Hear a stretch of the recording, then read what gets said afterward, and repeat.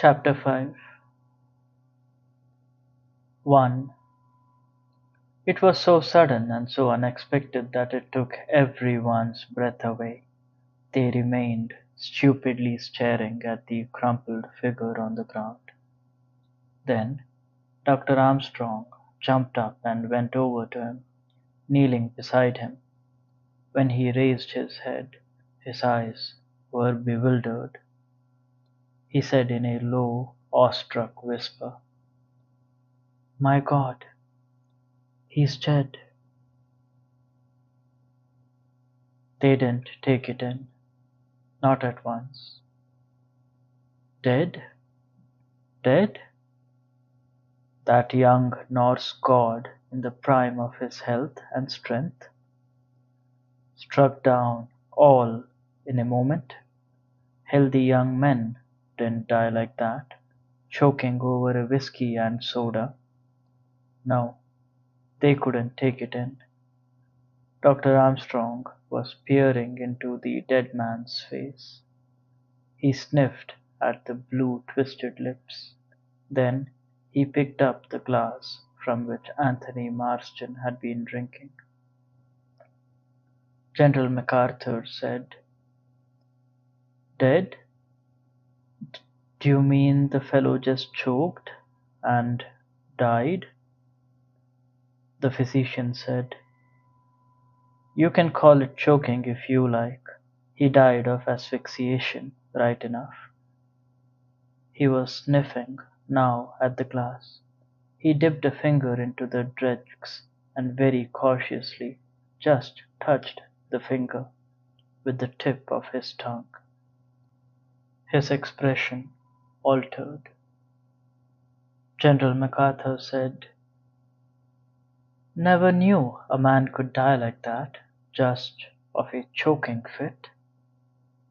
Emily Brent said in a clear voice, "In the midst of life we are in death."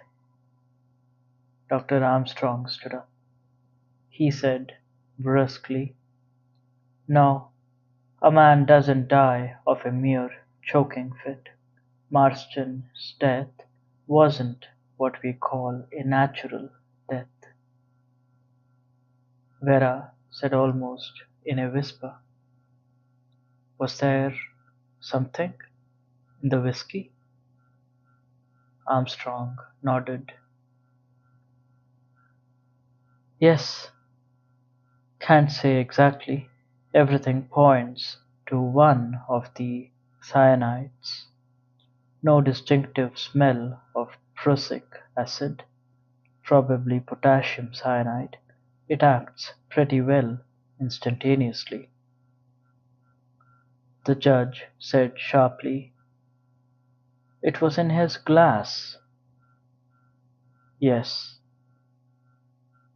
The doctor strode to the table where the drinks were. He removed the stopper from the whiskey and smelt it, and tasted it. Then he tasted the soda water. He shook his head. "They are both all right." Lombard said, "You mean he must have put the stuff in his glass himself?" Armstrong nodded with a curiously dissatisfied expression. He said, "Seems like it." Bloor said, "Suicide, eh? That's a queer go." Vera said slowly, "You'd never think he would kill himself. He was so alive. He was, oh, enjoying himself. When he came down the hill in his car this evening, he looked, oh, I can't explain." But they knew what she meant. Anthony Marston, in the height of his youth and manhood, had seemed like a being who was immortal, and now, crumpled and broken, he lay on the floor. Dr. Armstrong said, "Is there any possibility other than suicide?" Slowly everyone shook their heads. There could be no other explanation. The drinks themselves were untampered with. They had all seen Anthony Marston go across and help himself. It followed, therefore, that any cyanide in the drink must have been put there by Anthony Marston himself.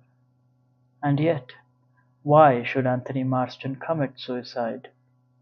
Blower said thoughtfully, "You know, Doctor, it doesn't seem right to me. I shouldn't have said Mr. Marston was a suicidal type of gentleman."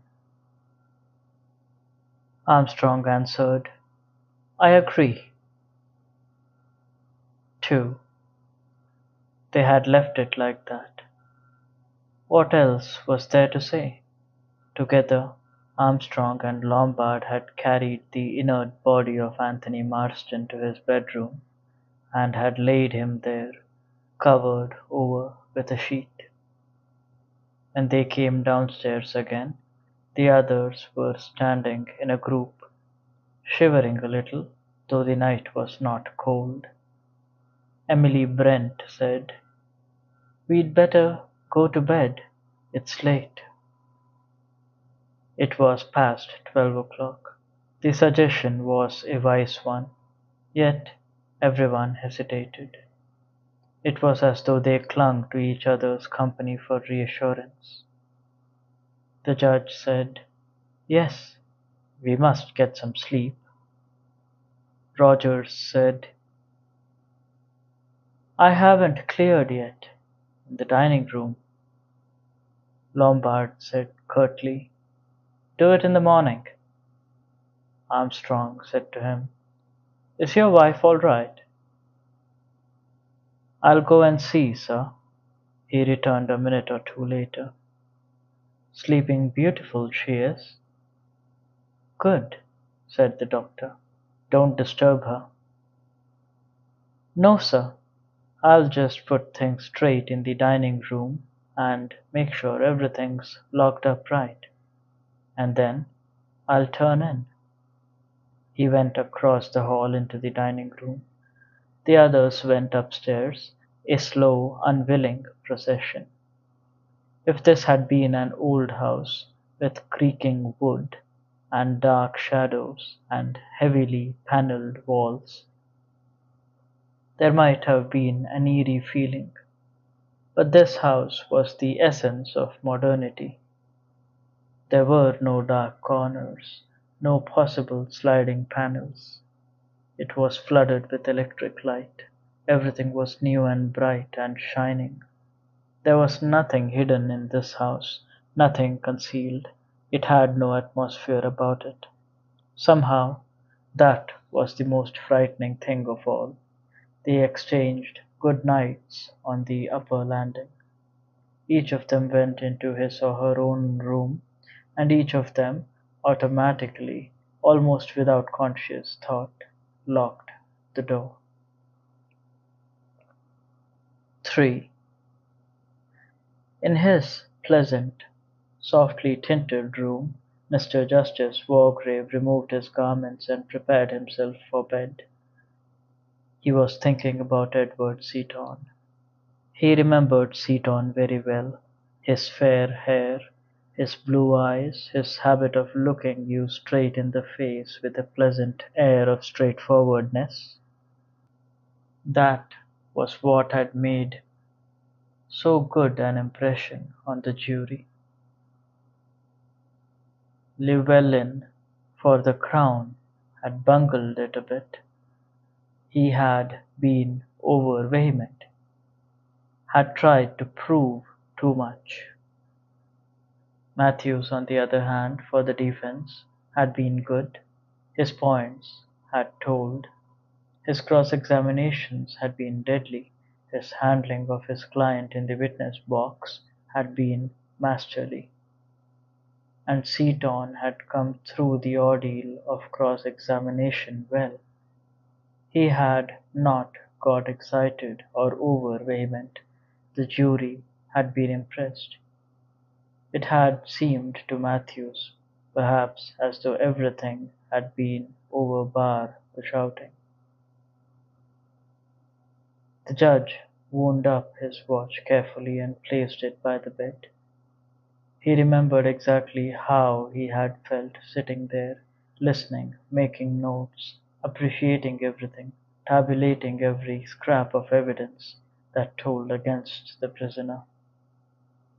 He had enjoyed that case. Matthew's final speech had been first class. Llewellyn, coming after it, had failed to remove the good impression that the defending counsel had made. And then had come his own summing up. Carefully Mr. Justice Wargrave removed his false teeth and dropped them into a glass of water. The shrunken lips fell in. It was a cruel mouth now, cruel and predatory. Hooding his eyes, the judge smiled to himself. He had cooked Seaton's goose all right. With a slight rheumatic grunt, he climbed into bed and turned out the electric light. 4. Downstairs in the dining room, Rogers stood puzzled. He was staring at the china figures in the center of the table. He muttered to himself, "That's a rum go. I could have sworn there were 10 of them." 5. General MacArthur tossed from side to side. Sleep would not come to him.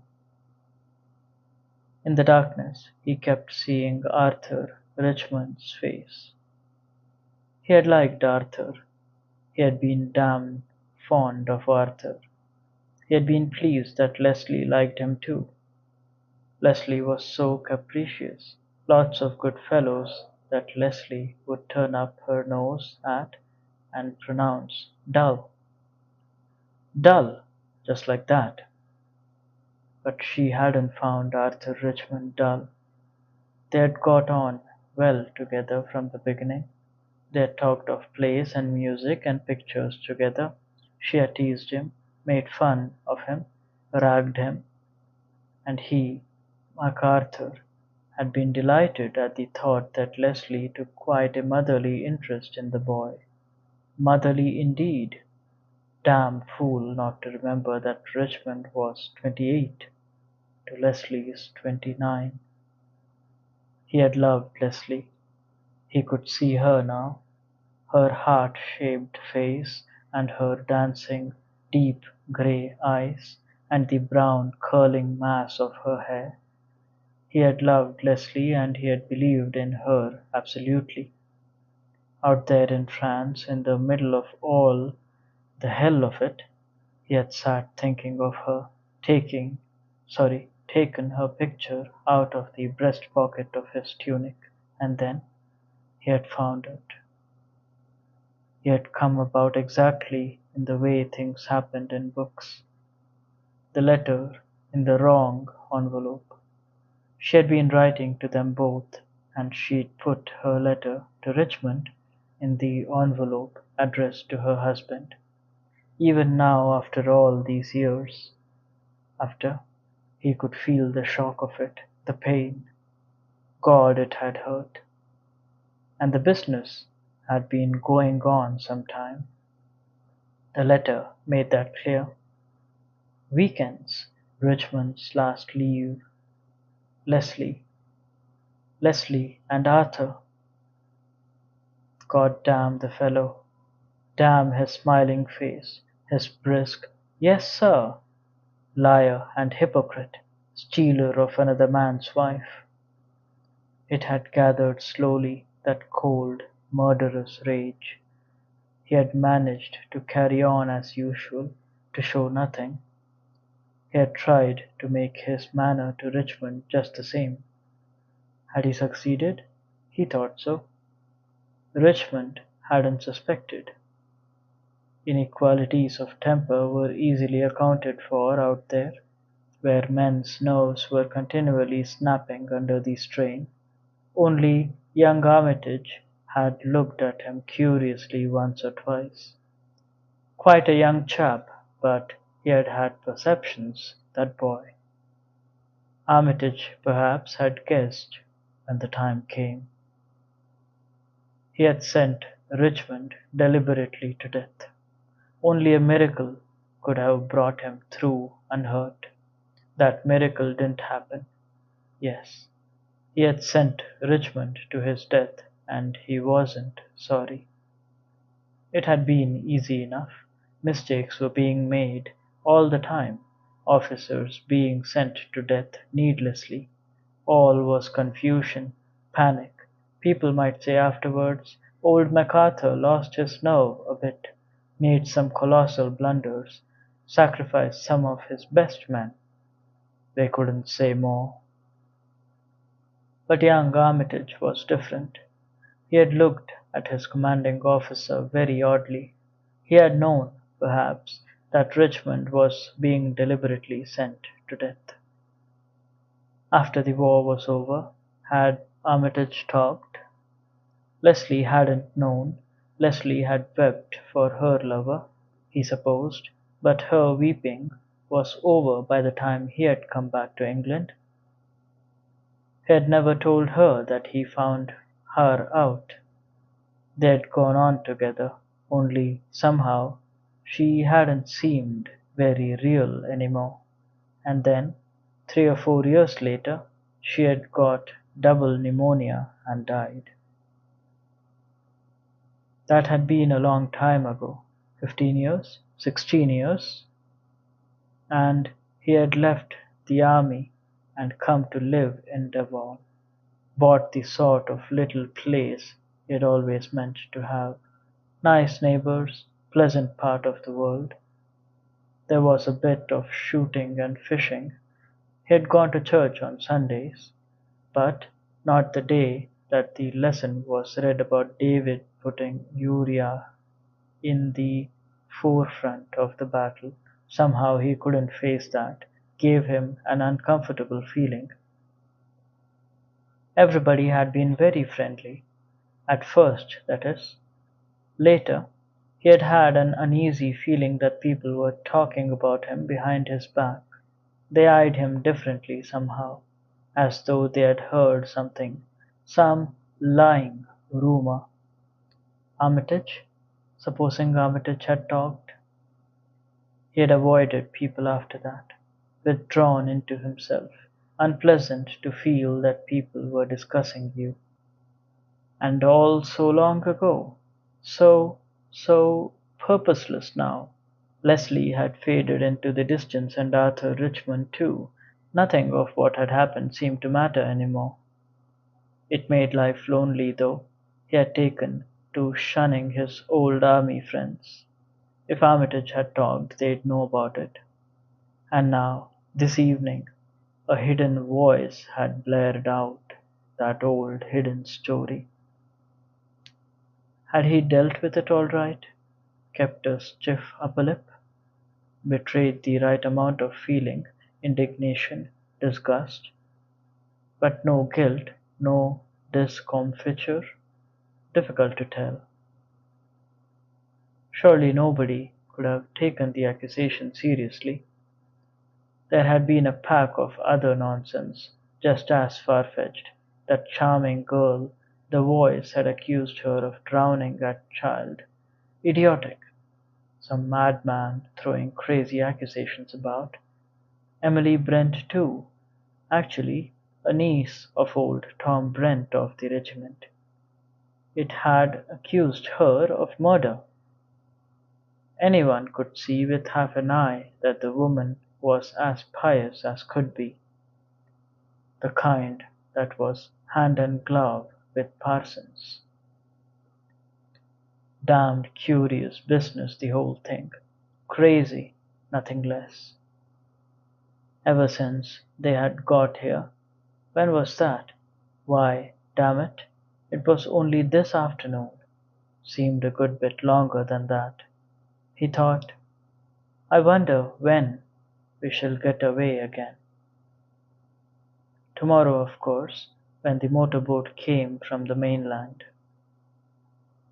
Funny, just this minute, He didn't want much to get away from the island, to go back to the mainland, back to his little house, back to all the troubles and worries.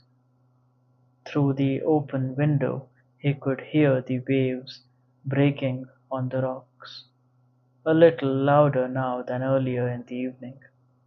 Wind was getting up too. He thought, peaceful sound, peaceful place.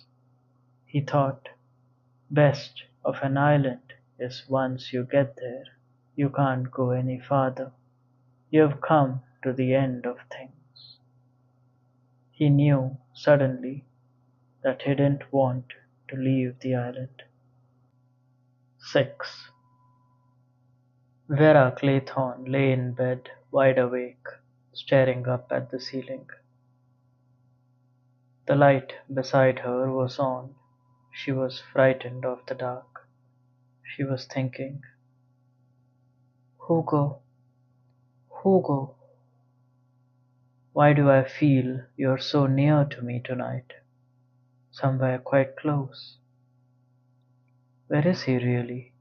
I don't know. I shall never know. He just went away, right away out of my life. It was no good trying not to think of Hugo. He was close to her. She had to think of him, to remember.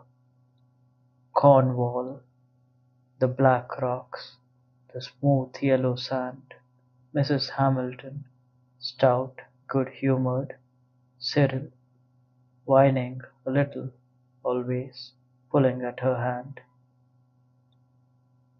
I want to swim out to the rock, Miss Claythorne. Why can't I swim out to the rock? Looking up, meeting Hugo's eyes watching her. The evenings after Cyril was in bed. Come out for a stroll, Miss Claythorne. I think perhaps I will. The decorous stroll down to the beach, the moonlight, the soft Atlantic air. And then Hugo's arms round her. I love you. I love you. You know I love you, Vera. Yes, she knew. Or thought she knew. I can't ask you to marry me. I've not got a penny. It's all I can do to keep myself. Queer, you know. Once, for 3 months, I had the chance of being a rich man to look forward to. Cyril wasn't born until 3 months after Maurice died. If he had been a girl, if the child had been a girl, Hugo would have come into everything.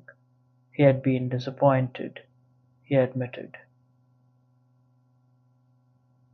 I hadn't built on it, of course, but it was a bit of a knock. Oh well, luck's luck. Cyril's a nice kid. I'm awfully fond of him. And he was fond of him too. Always ready to play games or amuse his small nephew. No rancor in Hugo's nature. Cyril wasn't really strong. A puny child, no stamina. The kind of child perhaps who wouldn't live to grow up. And then, Miss Claythorne, why can't I swim to the rock? Irritating, whiny repetition. It's too far, Cyril. But Miss Claythorne. Vera got up. She went to the dressing table and swallowed 3 aspirins. She thought, I wish I had some proper sleeping stuff. She thought, if I were doing away with myself, I'd take an overdose of veronal, something like that, not cyanide.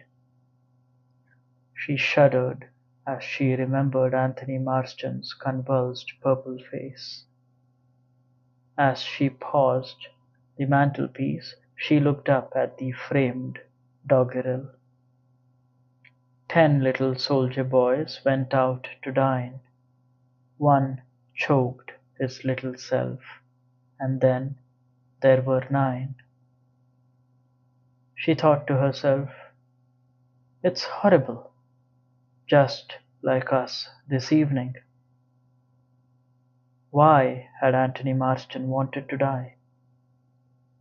She didn't want to die. She couldn't imagine wanting to die. Death was for the other people.